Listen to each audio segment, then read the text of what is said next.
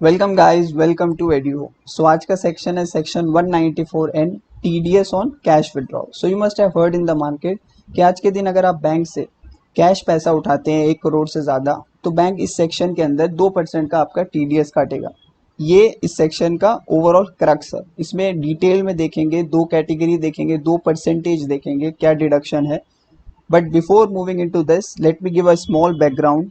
ये सेक्शन 2019 के बजट में आया था, जहां पे finance minister wants to make it very clear कि they want cashless economy, they want to promote digital payments, UPI payments वगैरह जो है ऑनलाइन पेमेंट्स को प्रमोट करना चाहते हैं। They want to eradicate this cash transaction, क्योंकि इससे ब्लैक मनी का एक्यूमुलेशन होता है कंट्री में। मोर ओवर जो डिजिटल पेमेंट्स है वो ईजी टू मॉनिटर होते हैं, गवर्नमेंट अथॉरिटीज उसको आसानी से मॉनिटर कर पाते हैं।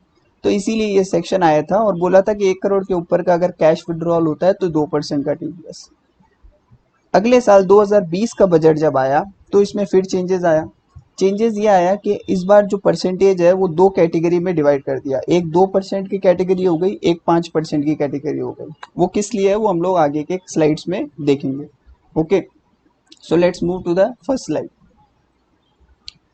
सो यू कैन क्लियरली सी, मैंने ओवरऑल क्रक्स में बताया था कि बैंक से 1 करोड़ के ऊपर पूरे साल भर में पैसा उठाने पे जो एक्सेस फंड है, मतलब 1 करोड़ के ऊपर का जो फंड है उस पे 2% का बैंक टीडीएस काटेगा।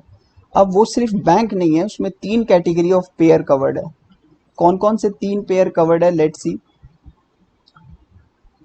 पहला है बैंकिंग कंपनी, कोई भी ऐसी कंपनी जिसपे बैंकिंग रेगुलेशन एक्ट 1949 लगता हो। दूसरा कौन सा पेयर है, पेयर मतलब जो पे कर रहा है, ठीक है।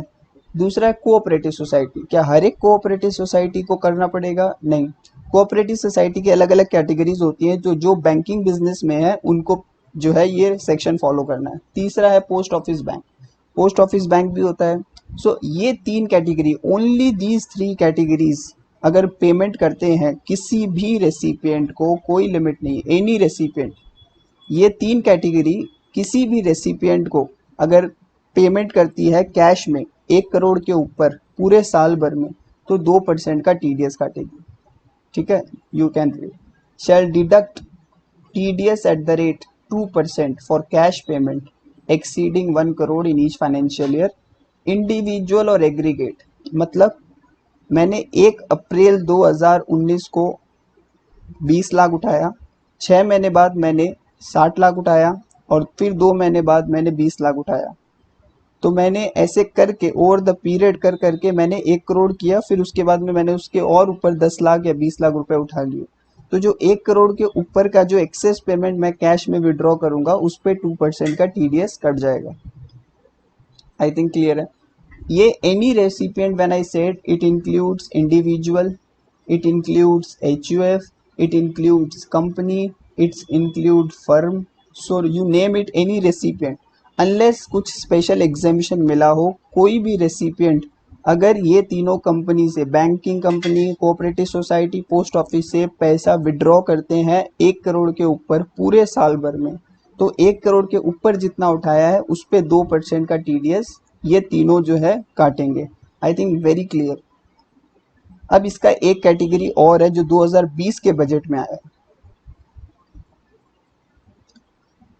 नेक्स्ट कैटेगरी, ये वाला क्या सेक्शन है, इसमें 2% मिलेंगे आपको, 2% टीडीएस और 5%। अब क्या है देखिए, 2020 में बजट में ये आया कि अगर कोई ऐसा रेसिपिएंट है, कोई भी रेसिपिएंट जिसने अपने पिछले 3 साल के इनकम टैक्स रिटर्न फाइल नहीं किए, कोई भी XYZ रीजन हो सकता है, वो इंपॉर्टेंट नहीं है, पिछले 3 साल का अगर रिटर्न फाइल नहीं किया है और द ड्यू डेट, उन तीनों साल का जो ड्यू डेट है of filing the return also expired, वो भी डेट निकल चुका है, अब वो लोग ड्यू डेट बची नहीं है, तो ऐसे रेसिपिएंट अगर इन तीनों में से किसी में से भी अगर 20 लाख के ऊपर कैश विड्रॉ करते हैं, लिमिट जो है वो 1 करोड़ थी पहले, अभी वो रिड्यूस करके कर दी है 20 लाख।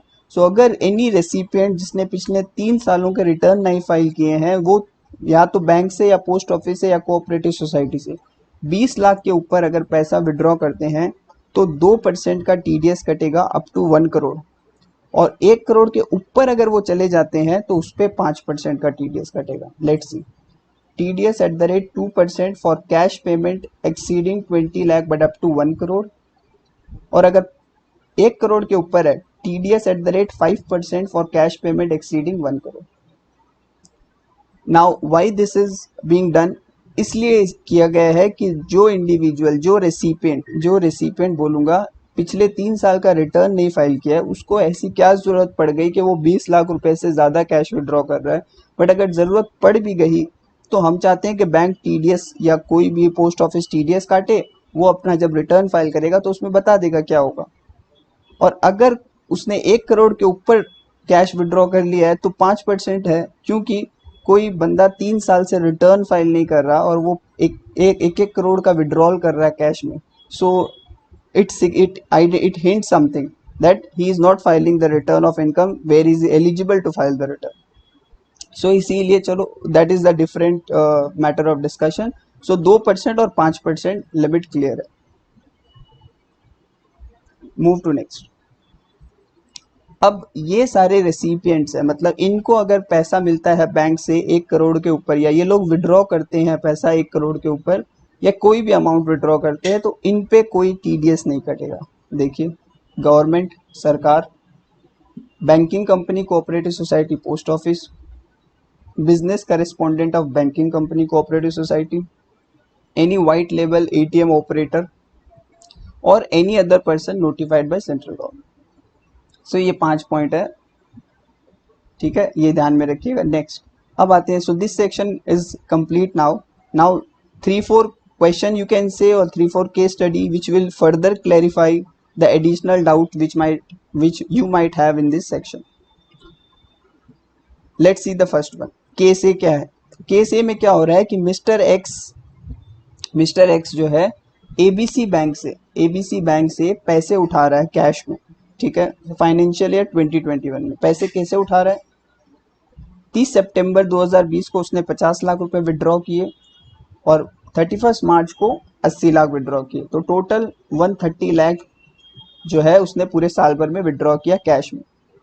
अब इसमें 2 क्वेश्चन है। फर्स्ट क्वेश्चन इज कि मिस्टर एक्स ने 3 साल के रिटर्न फाइल किए हैं, और दूसरा क्वेश्चन है मिस्टर एक्स ने 3 साल के रिटर्न फाइल नहीं किए। तो let's see the first question, let's ignore the second one. So 3 साल के रिटर्न फाइल किए। सो रूल सिंपल है, 1 करोड़ से ऊपर अगर विड्रॉल करते हो, इंडिविजुअल हो या एग्रीगेट हो, 2% का बैंक TDS काटेगा। सो सारी कंडीशंस फुलफिल्ड है।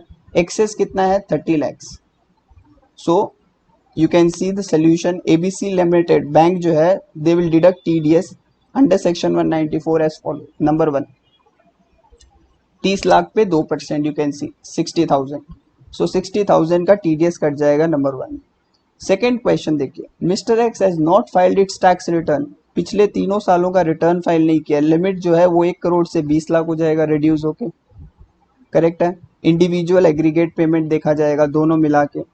So let's see, so 130 lakhs में अप टू 1 करोड़ 20 लाख के एक्सेस कितना है? 80 लाख, और फिर नेक्स्ट कितना है? 30 लाख।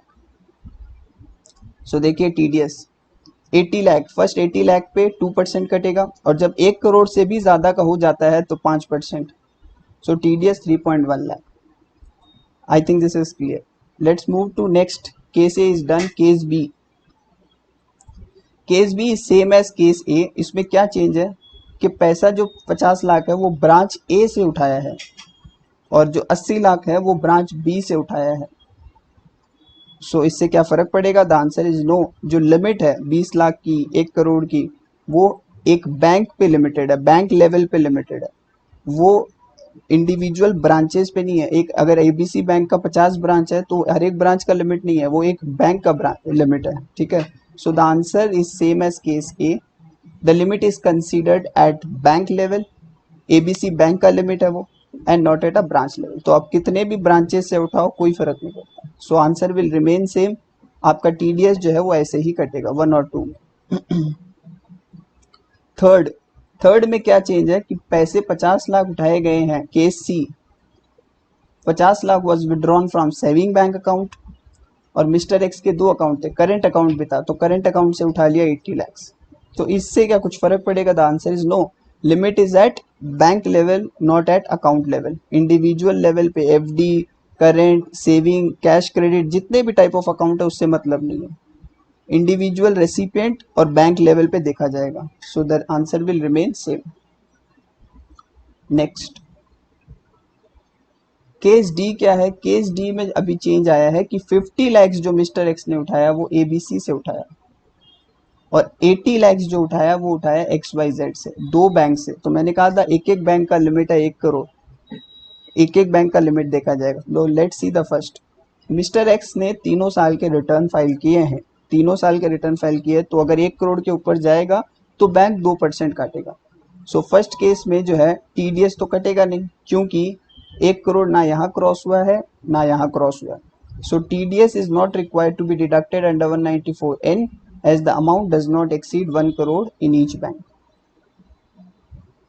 सेकेंड, मिस्टर एक्स ने तीनों साल के रिटर्न फाइल नहीं किए हैं पिछले 3 सालों का, तो limit will reduce to 20 lakh for each bank. तो टीडीएस क्या होगा? बैंक एबीसी जो है 20 लाख के ऊपर मतलब 30 लैक्स पे 2% काटेगा 60,000, और X Y Z bank limited 20 के ऊपर 60 लैक्स 2% 1.2 लाख का टीडीएस कट जाएगा। So I think this is clear. Next simple सा केस ई क्या है कि अभी एबीसी बैंक लिमिटेड विड्रॉ कर रहा है, अभी जो है बैंक ही विड्रॉ कर रहा है एक्स वाई जेड बैंक से 2 करोड़। क्या टीडीएस कटेगा? The answer is no, exempted. Banks, government company, post office, cooperative society, ATM operator as notified by central government are exempted. ये लोग पैसा उठा सकते हैं कैश में। So this, I think it further clarifies your doubt in this section. 1 or 2 question is there frequently asked.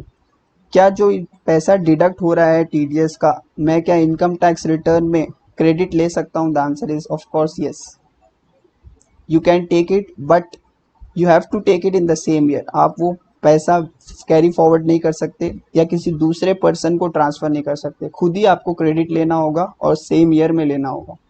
Whether the purpose of withdrawal is relevant. If I withdraw money in excess of 1 crore in cash for business purpose, for personal reason, not important. Not important. So here the entire section 194N, important section because it's a recent amendment also in 2020 budget. So important section both from the exam, both from the client assistance perspective and as a general public assistance also to understand that कितने cash निकालना चाहिए, कितना cash नहीं निकालना चाहिए. So these are the basic detail for any assistant. You can connect me on these and do the needful.